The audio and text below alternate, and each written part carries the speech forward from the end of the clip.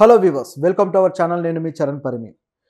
Harish Shankar versus media, Harish Shankar versus Charmi, Harish Shankar versus Puri, ఈ విధంగా ప్రస్తుతానికైతే మీడియాలో రచ్చరంబోలా అవుతుంది. హరీష్ శంకర్ నిన్న ఒక ప్రెస్ మీట్ పాల్గొన్నాడు కదా. ఆ ప్రెస్ మీట్లో హరీష్ శంకర్ మాట్లాడిన విషయాలు, ఆయన చుట్టూ కొన్ని వివాదాస్పదమైన అంశాలు చుట్టుకొని ఉన్నాయన్నమాట. సో వాటి గురించి మనం ఈరోజు మాట్లాడుకుందాం. సో వాటికి హరీష్ శంకర్ కొన్నిటికి సమాధానాలు ఇచ్చాడు, కొన్నిటికి ఆయన ఇచ్చిన మీడియా కన్విన్స్ అవ్వలేదు. సో రకరకాలుగా ఉందన్నమాట పరిస్థితి. మరి ఏంటిది అనేది గమనిస్తే, హరీష్ శంకర్ నిన్న తను ఇప్పుడు కొత్త సినిమా వస్తుంది కదా, మిస్టర్ బచ్చన్, రవితేజ తోటి. సో ఆ సినిమా ఆగస్టు 15th రిలీజ్కి ఉంది. సో ఆ సినిమా ప్రమోషన్స్లో భాగంగా ఆయన ప్రెస్ మీట్ పెట్టడం జరిగింది. సో ఆ ప్రెస్ మీట్లో అందరూ పాల్గొన్నారు. సో ఈ ప్రెస్ మీట్లో హరీష్ శంకర్కి మీడియా నుంచి కొన్ని క్వశ్చన్స్ వచ్చాయన్నమాట. సో ఎప్పుడైనా సరే హరీష్ శంకర్కి మీడియాతోటి ఒక లడాయి జరుగుతూ ఉంటుంది. సో మీడియా మీద ఆయన ఎప్పుడు కూడా కొంత ఫ్రస్ట్రేషన్తో ఉంటాడనమాట. ఏదో ఒక మీడియా పర్సన్ మీద, మీడియా సంస్థ మీద ఏదో ఒక వ్యాఖ్య ఆయన ఇండైరెక్ట్గా తన సోషల్ మీడియా హ్యాండిల్స్లో కూడా పెడుతూ ఉంటాడు. సో దానికి అందరూ మళ్ళీ హరీష్ శంకర్ ఇలా ఎందుకు పెట్టాడు, హరీష్ శంకర్ ఎవరిని అన్నాడు, హరీష్ శంకర్ ఏ జర్నలిస్ట్కి కౌంటర్ వేశాడు, ఈ విధంగా డిస్కషన్లు జరుగుతూ ఉంటాయి. సో అయితే వాటికి కొన్ని సమాధానాలు ఈరోజు మనం వెలికి తీసే ప్రయత్నం చేద్దాం. అదేంటంటే, హరీష్ శంకర్ గతంలో ఈ సినిమా ఇప్పుడు ప్రెస్ మీట్ కాకుండా ఒక 1 month బ్యాక్ అనుకుంటా, ఆయన ఒక విషయం మీద ఒక ట్వీట్ చేశాడు. ఈ ముసలి నక్క అని చెప్పేసి ఒక జర్నలిస్ట్ మీద, ఒక జర్నలిస్ట్ మీద ముసలి నక్క అనే పదం వాడి ఆయన ఒక ట్వీట్ చేయడం జరిగింది. అయితే అది పలానా జర్నలిస్టు, పలానా వెబ్ మ్యాగజైన్కి సంబంధించిన, వెబ్సైట్కి సంబంధించిన జర్నలిస్టు అని చెప్పేసి కొంత దుమారం రేగింది. అవన్నీ మనం మాట్లాడుకోలేం. కానీ అలాంటిది ఇప్పుడు ఇండైరెక్ట్గా ఉన్నప్పుడు అది ఎవరు ఏంటనేది క్లారిటీ ఉండదు. సో మనం ఎవరి గురించి పలానా అని చెప్పి చెప్పుకోలేం, లేనిపోయింది. సో ఆ విధంగా మాట్లాడాడు. మొత్తానికి అది వివాదమైంది. తర్వాత ఈరోజు వచ్చిన తర్వాత హరీష్ శంకర్ మీద కొంతమంది జర్నలిస్టులు కొన్ని క్వశ్చన్స్ వేశారు. ఆయన మామూలుగానే ఎప్పుడు ఒక టైప్ ఆఫ్ వైబ్లో ఉంటాడు. ఏ ఆన్సర్ అడిగినా సరే ఇక కొట్టేటట్టు ఉంటుంది ఆయన సమాధానాలు. ఎలాగైతే గబ్బర్ సింగ్ డైలాగ్స్ ఉంటాయో అదే విధంగా ఉంటుంది హరీష్ శంకర్ యాటిట్యూడ్ కూడా. సో దానికి సంబంధించి కూడా క్వశ్చన్ ఉందనుకోండి. సరే, మొదట ఏం క్వశ్చన్ అంటే, మీరు ఎందుకు ఊరికే రీమేకులు చేస్తారు, మీరు రీమేకులు కాకుండా డైరెక్ట్ మంచి కంటెంట్తో చేయొచ్చు కదా అని చెప్పేసి ఒక ప్రశ్న వచ్చింది. దానికి హరీష్ శంకర్ ఏమన్నాడంటే, రీమేకులు అంటే నేను పని కట్టుకొని రీమేకులు నేనేం చెయ్యను, నిజానికి ఇప్పుడు నేను చేసిన రీమేకులు కూడా అవి డైరెక్ట్ రీమేకులు అంటే నేను అసలు ఒప్పుకోను అని చెప్పేసి అన్నాడు. రీమేక్ కనుక ఏ మేక్ అంటారు? మరి ఆయన ఏమన్నాడు, ఏ ఉద్దేశంతో అన్నాడో తెలియదు. కానీ అంటే ఆయన ఆ సినిమాల మొత్తాన్ని, సారాన్ని తీసుకొని తాను కొత్తగా డెవలప్ చేసినట్టు, కొత్తగా ఏదో క్రియేట్ చేసినట్టుగా ఆయన చెప్పుకున్నాడు. కొత్తగా క్రియేట్ చేసిన వాస్తవమే, కానీ ఆ సినిమాలో ఎసెన్స్ను పోగొట్టడం కూడా అంతే వాస్తవం. గద్దలకొండ గణేష్ విషయంలో అలాగే జరిగింది. అది గబ్బర్ సింగ్లో వర్కౌట్ అయ్యి ఉండొచ్చు. గబ్బర్ సింగ్లో ఆయన నిజంగానే అద్భుతమైన వర్క్ చూపించారు, ఆ సినిమాని నిలబెట్టారు, అదంతా వాస్తవమే. దాంట్లో తన ట్యాగ్ కూడా చూసుకుంటే దర్శకత్వానికి సంబంధించి మార్పులు అనే పేరు కూడా వేసుకున్నాడు. మార్పులు అనేది అసలు ఒక ట్యాగ్గా ఆయన క్రియేట్ చేశారు నిజం చెప్పాలంటే తెలుగు ఇండస్ట్రీలో. అంతకుముందు ఎవరు వేసుకున్నారో లేదో మనకు తెలియదు. కానీ ఈయన అయితే ఆ విధంగా అంటే రీమేక్ సబ్జెక్ట్ తీసుకున్నప్పుడు, ఎన్నో మార్పులు జరిగినప్పుడు, అది ఒరిజినల్ కన్నా ఇంకా భిన్నంగా తయారు చేసినప్పుడు ఇలా మార్పులు అని వేసుకోవడం అనేది ఒక సూచన ఆయన చేసినట్టు కనిపించింది. అది అద్భుతంగా వర్కౌట్ అయింది. అదే టెక్నిక్ ఇక్కడ కూడా వాడారు గద్దలకొండ గణేష్ విషయంలో.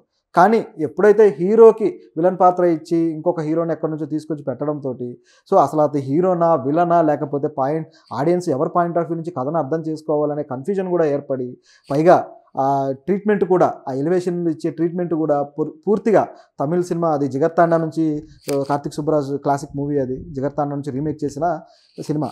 సో అది మొత్తానికి ఆ ఎసెన్స్ అనేది పోయినట్టుగా కనపడి సినిమా దెబ్బతింది. అది కూడా ఇంకా ఆయన రిలీజ్ అయినట్టు లేడు, సినిమా ఎందుకు దెబ్బతింది అని. సో అది నేను రీమేక్ అంటే ఒప్పుకోను అని చెప్పేసి ఇంకా తన కాన్ఫిడెన్స్లో ఆయన ఉన్నాడు. ఓకే, ఒక క్రియేటర్కి ఆ మాత్రం ఉంటుంది అనుకోండి. సో దాన్ని మనం ఏం పట్టించుకోవాల్సిన పని లేదు. నెక్స్ట్ ఇంకో మంచి సినిమా తీస్తే ఇంకా హ్యాపీ కదా. సో ఆ విధంగా ఆయన కౌంటర్ వేశాడు. దాంతోపాటు ఏదైనా సినిమా అనేది ఇన్స్పిరేషన్ ఎక్కడో ఒక చోటు నుంచి తీసుకుంటాము. అది ఒక కథ నుంచి అవ్వచ్చు, ఒక వార్త నుంచి అవ్వచ్చు, ఏదైనా ఒక ఇన్సిడెంట్ నుంచి అవ్వచ్చు.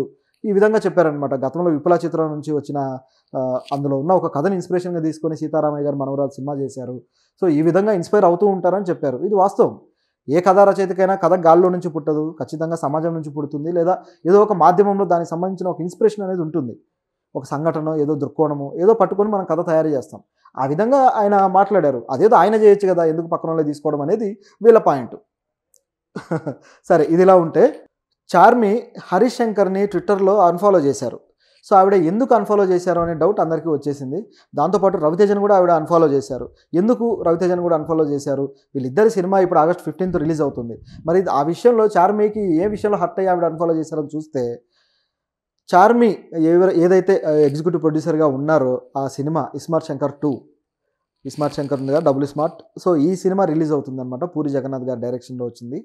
ఇది కూడా అదే డేట్లో రిలీజ్ అవుతుంది. సో దాంతో ఇప్పుడు ఈ 2 సినిమాలకి క్లాష్ ఏర్పడింది. సో దాంతో ఆవిడ ఎందుకో హర్ట్ అయ్యి మరి ఆయన మీద ఈ విధంగా రియాక్ట్ అయ్యారు. ఇప్పుడు ఒక సందర్భంలో ఒక మంచి సందర్భం చూసుకున్నప్పుడు 2 సినిమాలు రిలీజ్ అవ్వక తప్పదు. దానికెందుకు ఇంత రియాక్ట్ అవ్వడం అనేది అర్థం కాలేదు. బహుశా అంటే మనకొచ్చే డౌట్ ఏంటంటే ఆ సినిమాను పోస్ట్‌పోన్ చేసుకోమని చెప్పేసి కొంతమంది అడిగినట్లుగా, కానీ అది మంచి డేటు, సో మేము వెనక్కి తగ్గమని చెప్పేసి ప్రొడ్యూసర్ కూడా చెప్పినట్లుగా తెలుస్తుంది. సో అది ప్రొడ్యూసర్ చేతిలో ఉన్న విషయం. మరి దానికి ఈయనేం చేస్తాడు డైరెక్టరు? ఎందుకంటే ఈయన కూడా హరీష్ శంకర్ కూడా పూరి జగన్నాథ్‌తో కలిసి పనిచేశాడు. మంచి వ్యక్తి. అలాగే పూరి, హరీష్ అట్లాగే రామ్ గోపాల్ వర్మ వీళ్ళంతా కూడా ఒక గ్రూప్‌గా కలిసిన వ్యక్తులు. సో అలాంటిది వాళ్ళ మీద ఒక మంచి పాజిటివ్ ఒపీనియనే ఉంటుంది కదా. సో ఇలాంటి ప్రశ్న ఒకటి బయలుదేరింది. మరి అది ఏమన్నా ఈగో చూపించాడా లేకపోతే ఇంకేమిటా అనే ప్రశ్నలు వస్తున్నాయి. ఒకవేళ చార్మి ఎందుకు హర్ట్ అయ్యారు అనే దానికి సమాధానం లేదు. అంటే పోస్ట్‌పోన్ చేసుకోమంటే ఆగినందుకా లేకపోతే ఇంకేమైనా జరిగిందా అనే డౌట్ అయితే ఉంది. పూరి అయితే డైరెక్ట్‌గా అడిగి ఉండకపోవచ్చు. ఎందుకంటే పూరి ఆల్రెడీ ఇప్పుడు తనేంటంటే డేరింగ్ డాషింగ్, తను అనుకుంటే రిలీజ్ చేసేస్తాడు, దేనికి వెనక్కి తగ్గడు, అందరూ చూశారు. సో అదే విధంగా రిలీజ్ చేస్తున్నాడు. ఆయన తగ్గలేదు, ఈయన తగ్గలేదు. సో ఇప్పుడు వీళ్ళ వారు థియేటర్లో చూడాలి ప్రేక్షకులు. సో ఇదిలా ఉంటే మరొకటి వచ్చేసి ఈ విషయంలో పూరి ఏమన్నా హరీష్ శంకర్ మీద తప్పుగా భావిస్తున్నాడా, హరీష్ మీద కోపం పెట్టుకున్నాడా అనేది మీడియా నుంచి వచ్చిన క్వశ్చన్ అనమాట. దానికి కూడా హరీష్ శంకర్ ఏమన్నాడంటే అదేం లేదు, పూరి ఎప్పుడు అలా పెట్టుకోడు, పూరి పాజిటివ్గానే ఉంటాడని చెప్పేసి ఈయన ఏదో ఆన్సర్ చెప్పాడు. సో ఇది ఇలా ముగిసిపోయిందనమాట. ఇదిలా ఉంటే ఇక చార్మి విషయానికి వస్తే ఆవిడ ఈ సినిమాకి ఎగ్జిక్యూటివ్ ప్రొడ్యూసర్గా చేశారు. ఆ సినిమా బడ్జెట్ కూడా చాలా పెరిగింది. సో ఇందులో కూడా ఇంటర్నల్గా ఉన్న విషయం ఏంటంటే ఆవిడ ఎగ్జిక్యూట్ చేయడం వల్లే ఈ బడ్జెట్ పెరుగుతుంది, ఆవిడ ఎగ్జిక్యూషన్లోనే కొన్ని సమస్యలు ఉన్నాయి కాబట్టి ఈ సినిమా బడ్జెట్ కాస్త అనుకున్న దానికన్నా ఎక్కువ అవుతుందని ఇంటర్నల్గా కొన్ని న్యూసెస్ ఉన్నాయి. అయితే ఇది ఇంకా పూరి గారికి మరి రీచ్ అవ్వలేదనేది టాక్. కేవలం ఆ ఎగ్జిక్యూషన్ సంబంధించిన టీంలోనే ఇది జరుగుతుందనేది రూమర్ అయితే అవుతూ ఉంది. మరి ఇది ఎంతవరకు వాస్తవమో తెలియదు. అంటే మనకు అందిన అభిజ్ఞ వర్గాల సమాచారం. ఇక ఫైనల్గా మీడియా మీద ఇంకో కౌంటర్ వేసాడు హరీష్ శంకర్. అంటే ఇలాంటి అవకాశం కోసం ఆయన ఎదురు చూస్తూ ఉంటాడనమాట, ఎప్పుడు దొరుకుతారా అని. సో ఫైనల్గా మళ్ళీ మరో కౌంటర్ పడింది. అదేంటంటే సురేష్ కొండేటి విషయంలో. ఇప్పుడు గతంలో అయితే సుమ గారు మీడియా విషయంలో ఒక మాట అనుకోకుండా జారడం, మేము పెట్టిన టిఫిన్లన్నీ చేసి వచ్చేయండి అని చెప్పేసి ఒక మాట అన్నారు కదా వేరే సినిమా సందర్భంలో. దానికి ఆమె నుంచి క్షమాపణ కూడా చెప్పించుకున్నారు మీడియా వాళ్ళు, కాస్త ఫైర్ అయ్యి సినిమా మీడియా వాళ్ళంతా కూడా. సో ఆ విషయాన్ని ఆయన ప్రస్తావిస్తూ, కానీ సురేష్ కొండేటి విషయంలో మాత్రం మీరు ఆ విధంగా చేయలేదు. అంటే సురేష్ కొండేటి కూడా ఈ సినిమా మీడియాకి సంబంధించిన వ్యక్తే కదా.